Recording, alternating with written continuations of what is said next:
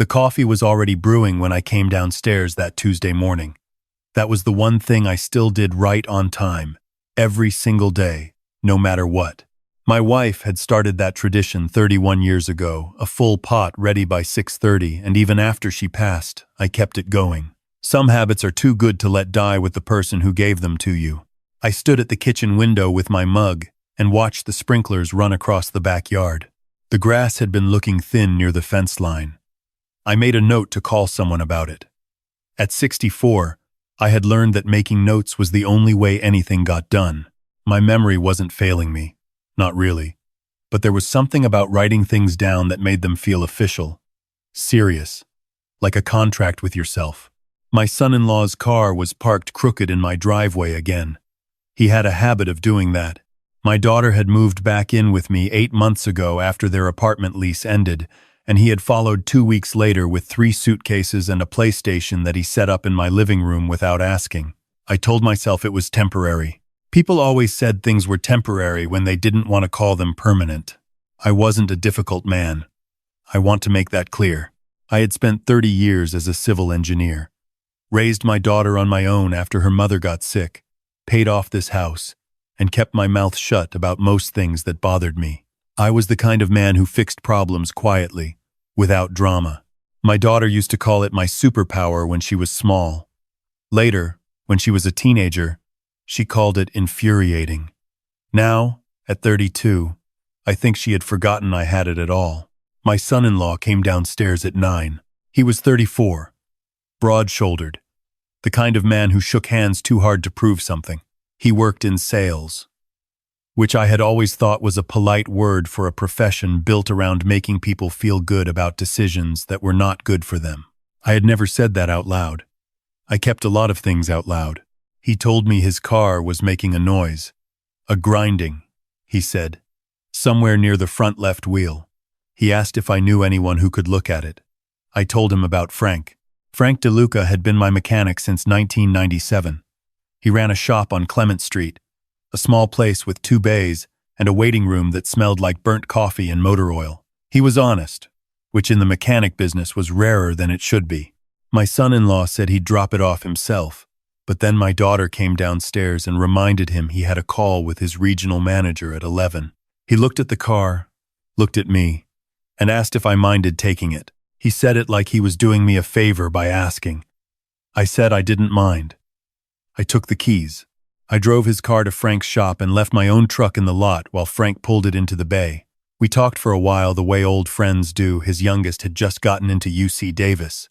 My retirement pension had finally cleared some kind of administrative backlog.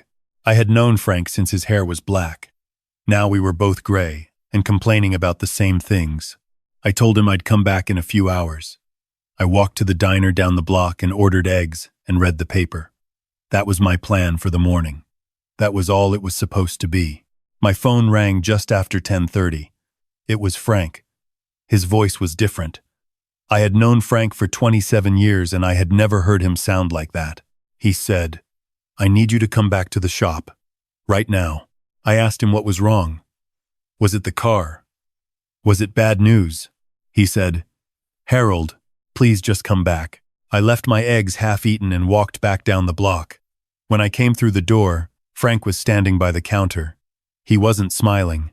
He wasn't doing the thing he always did where he leaned back against the wall and crossed his arms like he was already comfortable with whatever conversation was coming.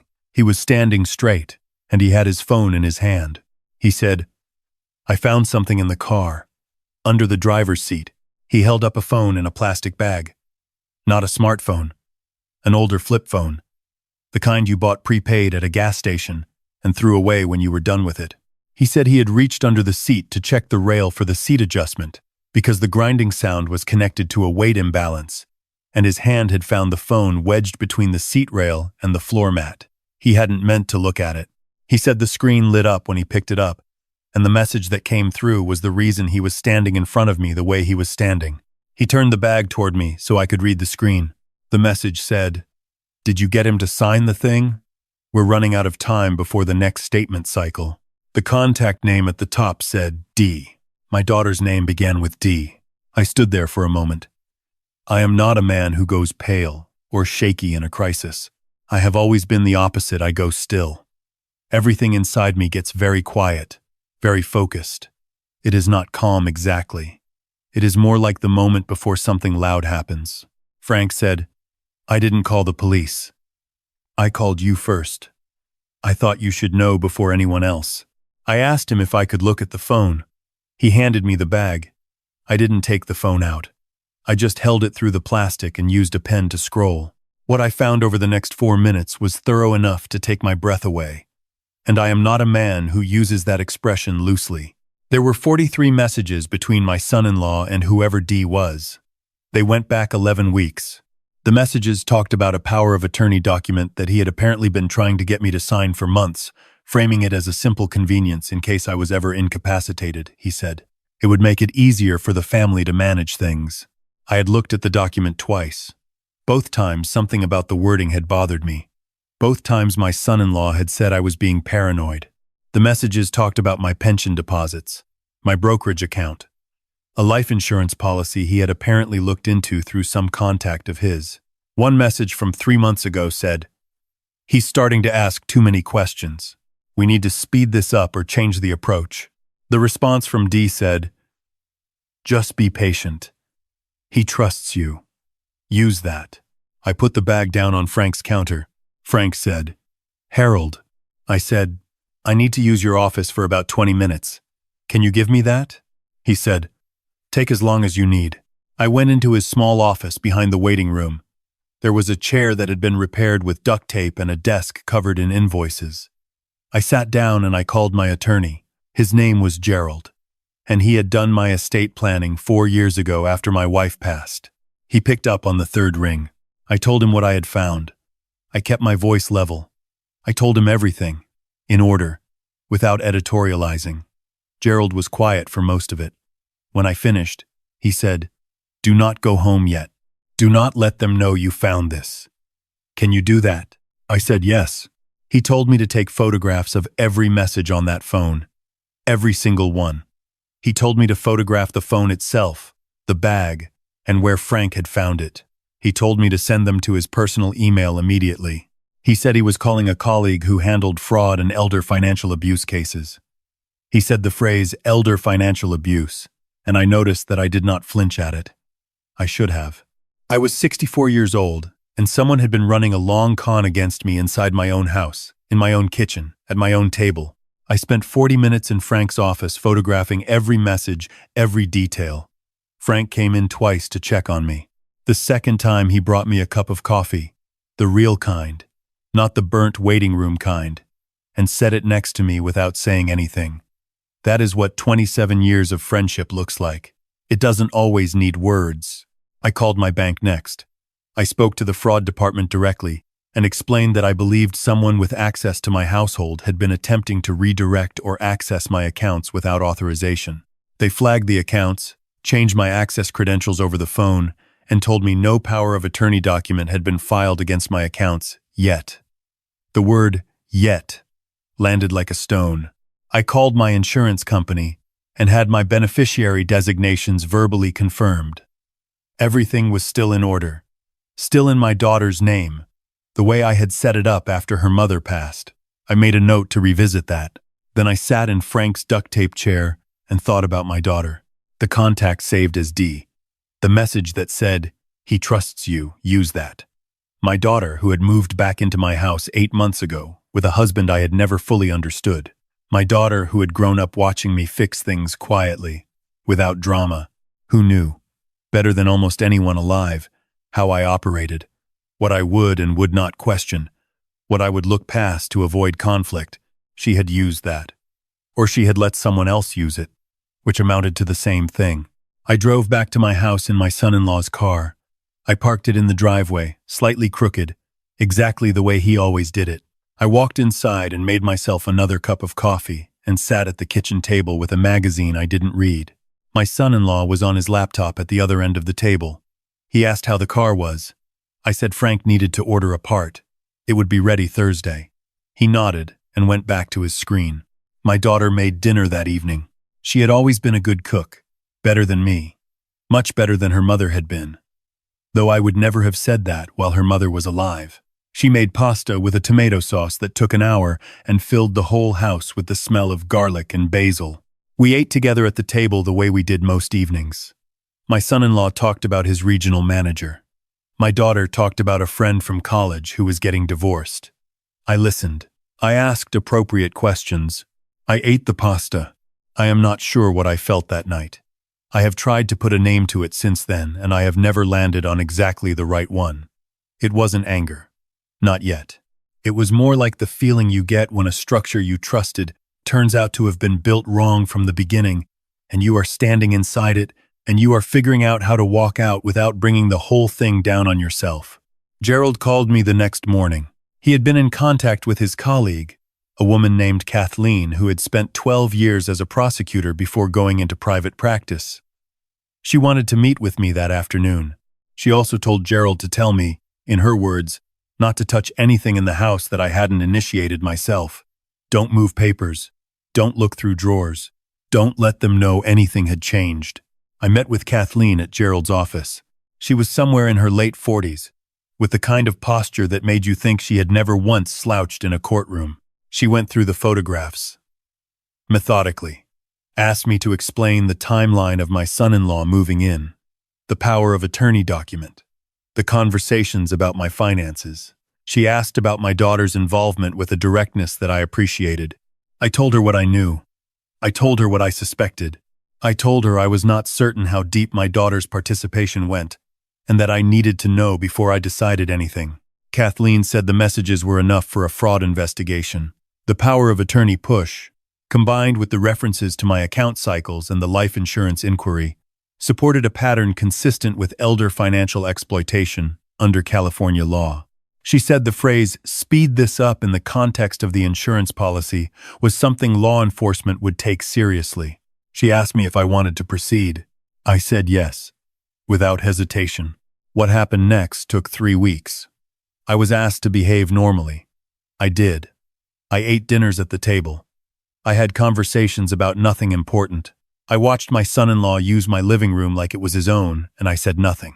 Gerald and Kathleen worked with a detective named Reyes, who specialized in financial crimes.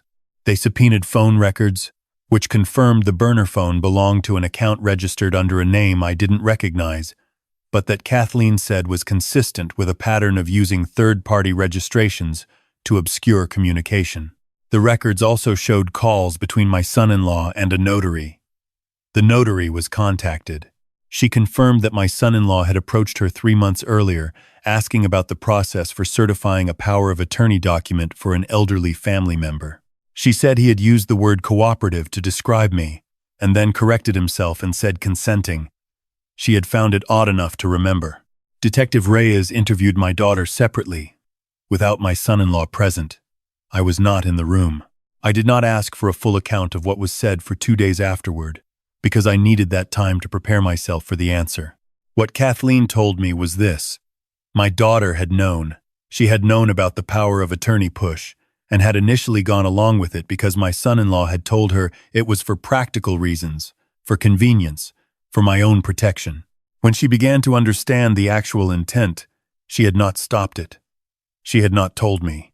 She had told herself it would probably come to nothing, that he would lose interest, that she could manage it. She had been wrong about all of that, and she had been a coward about it. And somewhere in the middle of that cowardice she had become complicit. She was not charged criminally. Kathleen explained the distinction carefully.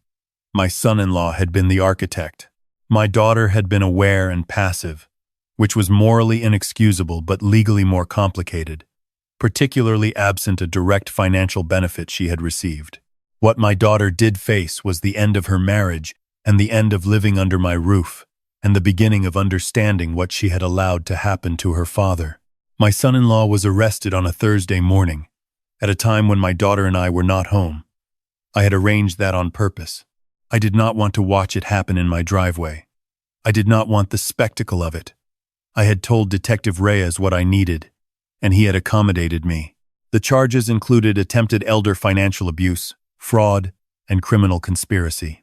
His attorney tried to argue that the power of attorney was a legitimate estate planning conversation and that the phone messages were taken out of context. The notary's account made that argument difficult. The subpoenaed bank records showing 3 unsuccessful attempts to access my brokerage account using a password variation he could only have obtained by going through my desk made it impossible. He accepted a plea agreement. I was not required to testify, though I would have.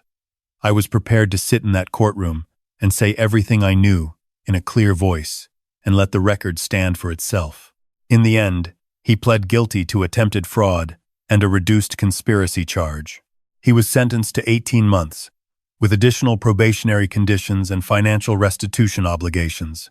His attorney, in an attempt to generate sympathy, told the court that my son-in-law had always felt like an outsider in our family, that he had spent years trying to prove himself and had never felt accepted as a real member of the family, only tolerated. The attorney said this was a mitigating factor, a context for understanding a desperate decision.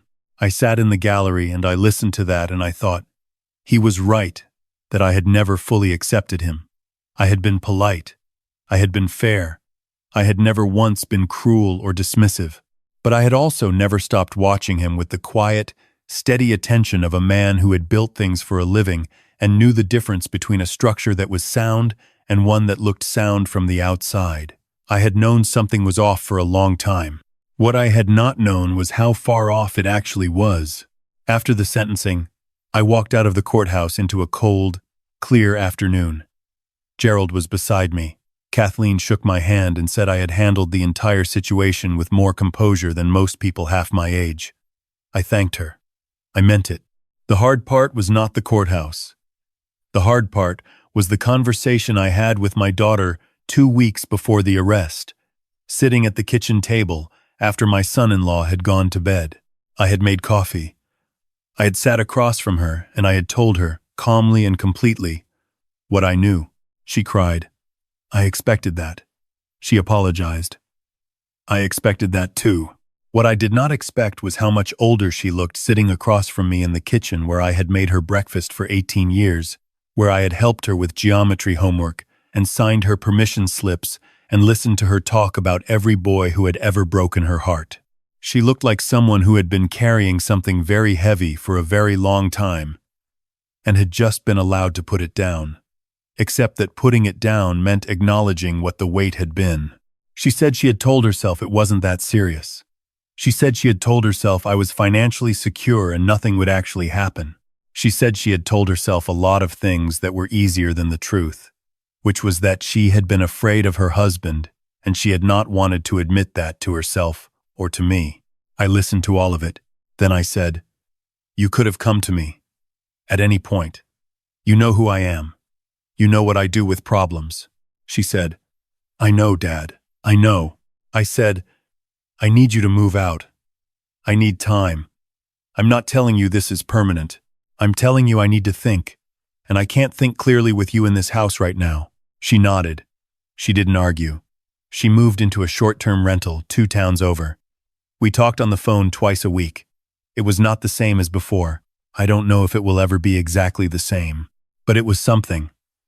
And something is what you work with when the alternative is nothing. Frank called me on a Saturday morning, about 6 weeks after all of it was done. He asked if I wanted to come over to the shop, not for car trouble, just to talk. I drove over. He had coffee ready, the real kind. We sat in his waiting room for 2 hours and talked about almost everything except what had happened, which is another thing that 27 years of friendship allows you to do. When I got up to leave, he said, "You doing okay, Harold?" I said, "I'm getting there," he said. "You handled it right. I've seen people in that situation lose their minds. You just got quiet and got it done." I drove home in the early afternoon light. The sprinklers were running in the backyard. The grass near the fence line still looked thin, but slightly better than it had a month ago. I had called someone about it. I had made a note and kept the contract. I went inside and made coffee and stood at the kitchen window, and the house was quiet in the way that houses are quiet when they belong to one person again, when every sound in them is a sound you made yourself. It was not a bad quiet. It was the kind that takes some getting used to, and then becomes, slowly, something like peace. I had spent 30 years building things that were meant to stand. Bridges, mostly, The work was about calculating load and stress, and the places where failure was most likely to occur. You learned, after long enough, that the most dangerous failures were not the dramatic ones. They were the slow ones, the ones where something was wrong from the beginning, and everything looked fine for years until the weight became too much and the whole structure said what it had always been trying to say. I had felt that weight shifting for months before Frank called me.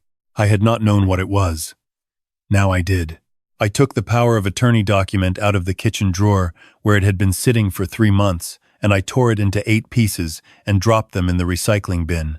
Then I sat down at the table with my coffee and my notepad, and I started writing down what needed to happen next. New estate documents with Gerald, a conversation with my financial advisor, a security system for the house. The good kind. A longer, more honest conversation with my daughter when enough time had passed. One item at a time. That was how you did it. That was how you had always done it. The coffee was good. The kitchen was quiet. Outside, the sprinklers finished their cycle and shut off, and the yard settled into the kind of still that comes after water, when everything is clean and the ground has taken what it needed. I made a note about the fence line grass and circled it twice.